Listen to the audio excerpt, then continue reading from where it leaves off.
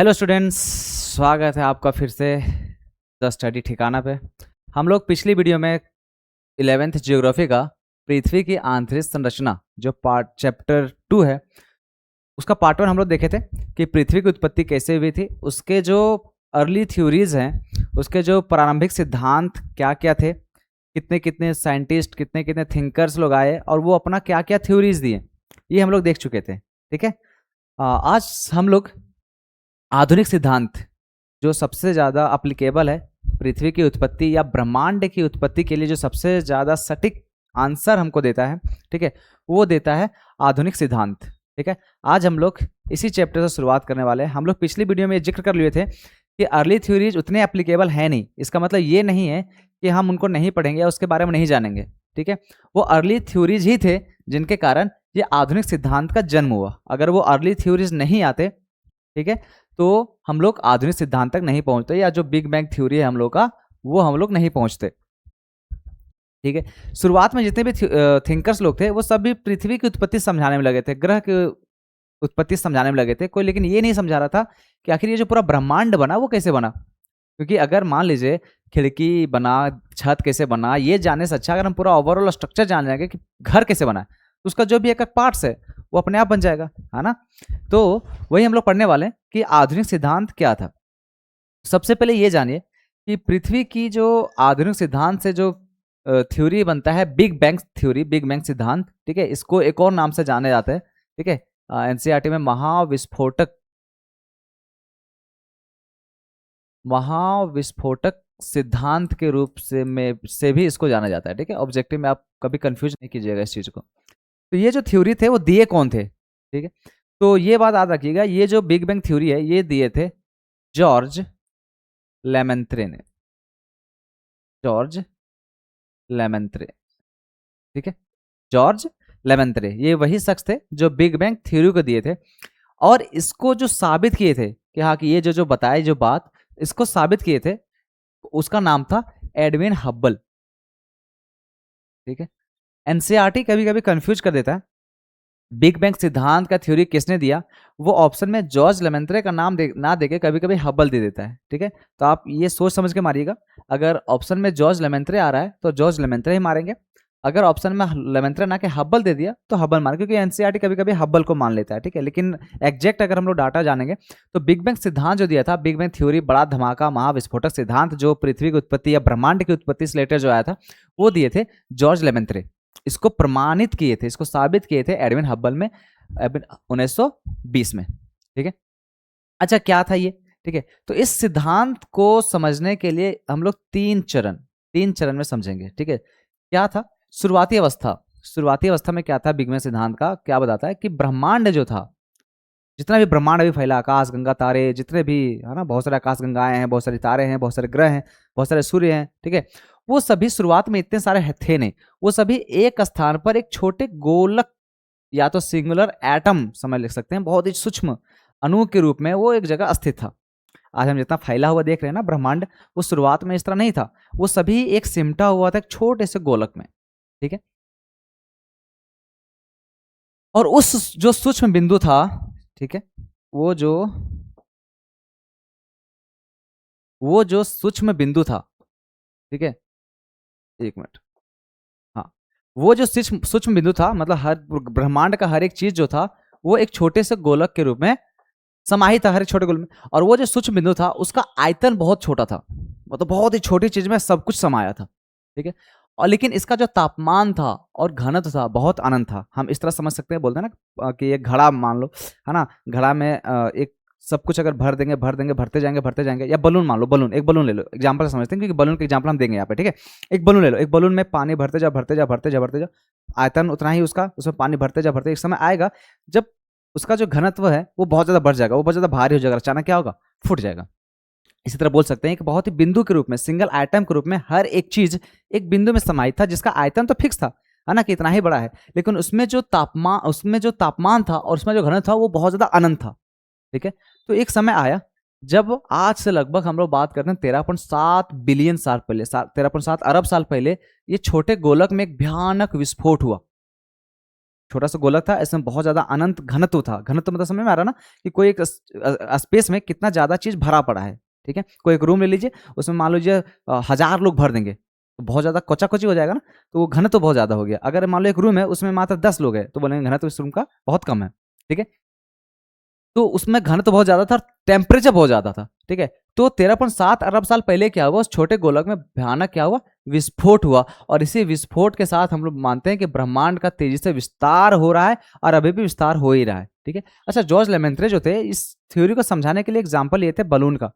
मान लीजिए एक बलून ले लेते हैं हम लोग। ठीक है, एक बलून ले लेते हैं मान लो हम लोग को, और उसमें हम लोग निशान देते हैं 1 2 3 4, मान लो निशान दे दिए। ठीक है, अगर आपको दिख रहा होगा। ठीक है, बड़ा बनाते हैं,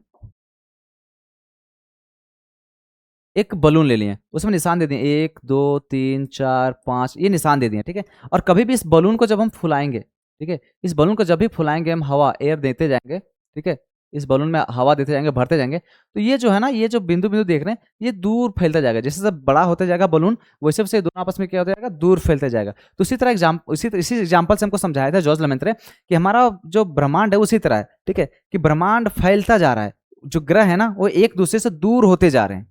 ठीक है, और ये क्यों हुआ, विस्फोट होने के कारण।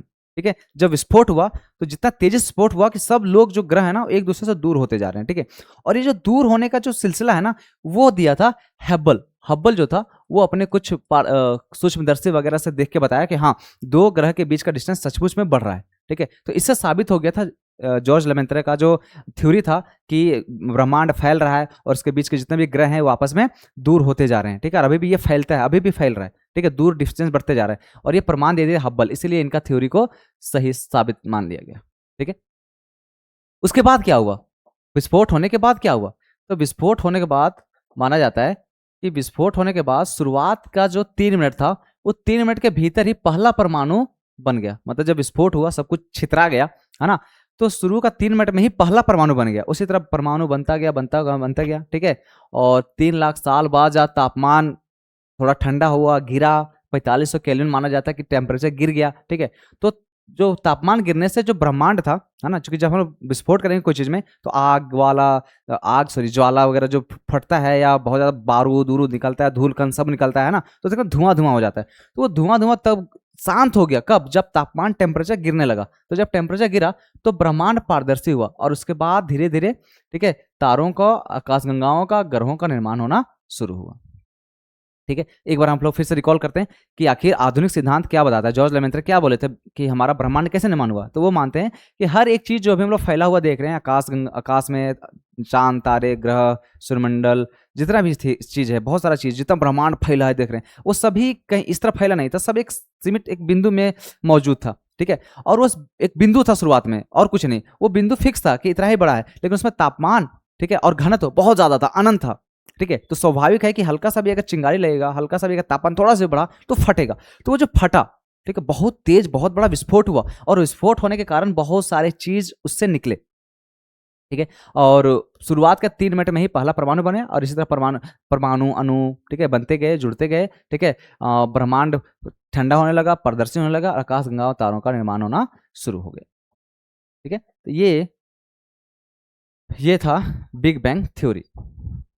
उसके बाद, ठीक है, हाँ, ठीक है, तो ये कौन दिए थे, ये दिए थे जॉर्ज लेमेंत्रे, और इसी थ्योरी को हम लोग मानते हैं। अच्छा, ये थ्योरी को हम लोग इसलिए मान रहे हैं क्योंकि इसको अभी तक कोई गलत साबित नहीं किया। ठीक है, जिस दिन इसकी थ्योरी को गलत साबित कर देगा, हम लोग मानना बंद कर देंगे। ठीक है, और हम लोग फिर कोई नया थ्योरी देगा, हम लोग उसको मान लेंगे। अभी तक, ठीक है, जहां तक हमारे पास डाटा मौजूद है, उससे तो ये जो थ्योरी था ये प्रमाण साबित हुआ है, एडविन हब्बल ने बता दिया था। ठीक है, कि नहीं, सच है, ग्रह एक दूसरे से दूर जा रहे हैं, इसलिए ये थ्योरी को हम लोग मान लिए हैं। ठीक है, यही थ्योरी अभी चल रहा है, हर साइंटिस्ट, हर दुनिया में यही थ्योरी फॉलो हो रहा है कि बिग बैंग ऐसा हुआ था। ठीक है, जब हमारा टेक्नोलॉजी बढ़ जाएगा, जब हम लोग, अभी तो मंगल ग्रह भी ठीक से नहीं पहुंच पाए हैं, ठीक है, जब बाकी सौरमंडल का भी हम लोग एग्जामिन करना शुरू कर देंगे, बाकी तारा ग्रह सब तक पहुंच जाएंगे। ठीक है, टेक्नोलॉजी जब बहुत ज्यादा बढ़ जाएगा, हम लोग और ज्यादा एग्जामिन करेंगे, तब हम लोग और ज्यादा कुछ जानेंगे कि आखिर ब्रह्मांड का निर्माण हुआ तो हुआ कैसे। तो उसमें नया थ्योरी आएगा, उसमें हम लोग नया थ्योरी पढ़ेंगे। अभी फिलहाल हम लोग के लिए हमारे पास यही थ्योरी है। ठीक है, ये था बिग बैंग थ्योरी। चंद्रमा की उत्पत्ति कैसे हुई, ठीक है, ब्रह्मांड हो गया, ठीक है, इससे बना, इसी तरह ग्रह बना था, चंद्रमा, पृथ्वी, सौरमंडल, सूर्य, शनि, अरुण, वरुण, बृहस्पति, जो बना सब उसी से बना। धीरे धीरे चलते गया, जुड़ते गए, कणु बनते गए, परमाणु बनते गए। ठीक है, आपस में जुड़ते गए, आगे चल के क्या बन गया, ये सब परमाणु। अब हम लोग नेक्स्ट पढ़ते हैं कि चंद्रमा की उत्पत्ति कैसे हुआ था। ठीक है, तो चंद्रमा की उत्पत्ति से संबंधित एक थ्योरी माना जाता है बिग स्प्लैट। स्प्लैट मतलब होता है धमाका। ठीक है, इसमें चंद्रमा की उत्पत्ति बनने के लिए धमाका हुआ था। क्या हुआ था?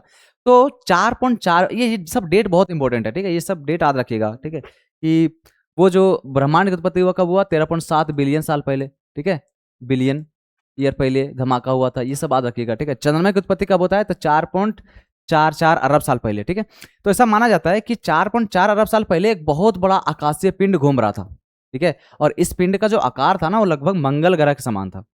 ठीक है, मतलब आकाश में बहुत बड़ा एक आकाश बोल सकते हैं, मतलब ब्रह्मांड में कुछ पिंड घूम रहा था बहुत बड़ा। ठीक है, जिसका आकार लगभग मंगल ग्रह के जितना बड़ा था। ठीक है, और इस भटकता हुआ जो पिंड था ना, इसका नाम दिए थे साइंटिस्ट थिया। ठीक है, ये भी ऑब्जेक्टिव में बहुत बार पूछ देता है कि उस पिंड का नाम क्या था, तो उस पिंड का नाम था थिया।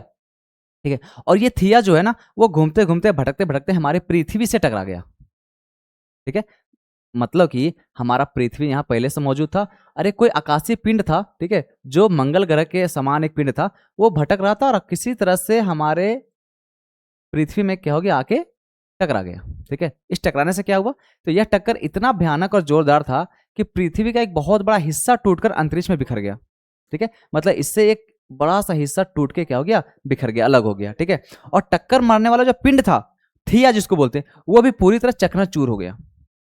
ठीक है, आप इससे फिगर से समझ सकते हैं कि ये हमारा पृथ्वी एक बहुत बड़ा पिंड है जो इससे आ रहा है, यहाँ पे टक्कर हुआ, और टक्कर होने से एक इसका जो चकनाचूर हुआ ना, जो पृथ्वी का टुकड़ा जो चूर हुआ, ठीक है, और जो टकराया वो भी चकनाचूर हुआ। ठीक है, तो वो चूर होके आपस में विलय हो गए और पृथ्वी के गुरुत्वाकर्षण बल के कारण ही इसी के चारों ओर घूमने लगे। ठीक है, पृथ्वी का टूटा हुआ हिस्सा और जो थिया जो टकराया था, वो सब आपस में चकनाचूर हो गया। ठीक है, और पृथ्वी गुरुत्वाकर्षण बल के कारण आपस में ही क्या होने लगा? इसी के चारों ओर क्या होने लगा? घूमने लगा। ठीक, उसके बाद इस विस्फोट के कारण, इस महाविस्फोट के कारण पृथ्वी और जो थिया का पिघला हुआ मलबा था, ठीक है, वो अंतरिक्ष में एक छल्ले की तरह, ठीक है, अभी हम लोग समझे, एक छल्ले की तरह क्या होने लगा? वो आपस में घूमने लगा। ठीक है, और समय बीतने के साथ पृथ्वी के गुरुत्वाकर्षण ने उस बिखरे हुए मलबे को अपनी ओर खींचकर बांधे रखा, मतलब उस मलबे को अपने से दूर जाने नहीं दिया। ठीक है, और ये तैरते हुए गर्म पत्थर धूल के कण जब आपस में टकराए, ठीक है, ठंडे हुए आपस में जुड़े, ठीक है, और यही सिमटकर एक बहुत बड़ा गोल पिंड बन गया, जिससे आज हम लोग चंद्रमा के नाम से, ठीक है, प्राकृतिक उपग्रह हमारा एकमात्र है जो चंद्रमा, उसके नाम से हम लोग जानते हैं। ठीक है, शॉर्ट में समझते हैं एक बार फिर से कि चंद्रमा की उत्पत्ति कैसे हुआ। साइंटिस्ट लोग का मानना है, ठीक है, कि हमारे पृथ्वी के पास एक बहुत बड़ा पिंड, ठीक है, जिसको थिया नाम बोला दिया गया है, वो थिया मंगल ग्रह इतना बड़ा था, वो आता है घूमते हुए पृथ्वी से टकरा जाता है। पृथ्वी से टकराने से पृथ्वी का जो मलबा निकलता है और खुद थिया चूर चूर हो जाता है। ठीक है, वो दोनों आपस में टकरा के चूर चूर हो जाता है। ठीक है, और चूंकि पृथ्वी का गुरुत्वाकर्षण इतना ज्यादा था कि उसके मलबे को अपने से दूर जाने नहीं दिया। ठीक है, और इसी के चारों ओर घूमने लगा। ठीक है, तो बहुत समय लगा, बहुत साल लगे, ठीक है, लाखों साल लगे। ये जो मलबा आपस में घूम रहा था, वो बीच में, ठीक है, गुरुत्वाकर्षण बल के कारण या आकर्षण शक्ति के कारण वो आपस में एक जगह सिमट गए, एक जगह चिपक गए, और चिपक के क्या बन गए? एक बहुत बड़ा पिंड बन गए, जिसे हम लोग मानते हैं चंद्रमा। ठीक है, तो यही थ्योरी हमारे पास है चंद्रमा की उत्पत्ति से रिलेटेड। ठीक, क्योंकि इसको गलत साबित करने के लिए अभी तक कोई थ्योरी आया नहीं है, इसलिए हम लोग भी इसी को मानते हैं। जिस तरह बिग बैंग थ्योरी का अभी तक कोई गलत साबित नहीं करवाया, जिस दिन बिग बैंग थ्योरी का गलत साबित कर देगा कि ब्रह्मांड का उत्पत्ति नहीं, ऐसे नहीं हुआ था, तुम गलत बता रहा है, तो वो नया थ्योरी देगा, तो फिर उसको मानेंगे हम। ठीक है, अभी जो हमारे पास प्रमाण है, जो साइंटिस्ट लोग मानते हैं, उस हिसाब से हमको भी मानना है। तो चंद्रमा की उत्पत्ति से संबंधित अभी बिग स्प्लैट के नाम से एक सिद्धांत है कि टकराया था, टूटा, मतलब पृथ्वी का ही हिस्सा टूटा है, चंद्रमा जो आपस में घूम रहा है। अच्छा, ये भी साबित इसलिए हो पाया था क्योंकि ऐसा माना गया, जब चंद्रमा का बनावट, जब केमिकल बनावट जब देखते हैं हम लोग, अब पृथ्वी का केमिकल बनावट देखते हैं, दोनों का लगभग मैच कर जाता है, इसीलिए ये भी और ज्यादा ये थ्योरी साबित हो जाता है कि हाँ ऐसा ही हुआ होगा। ठीक है,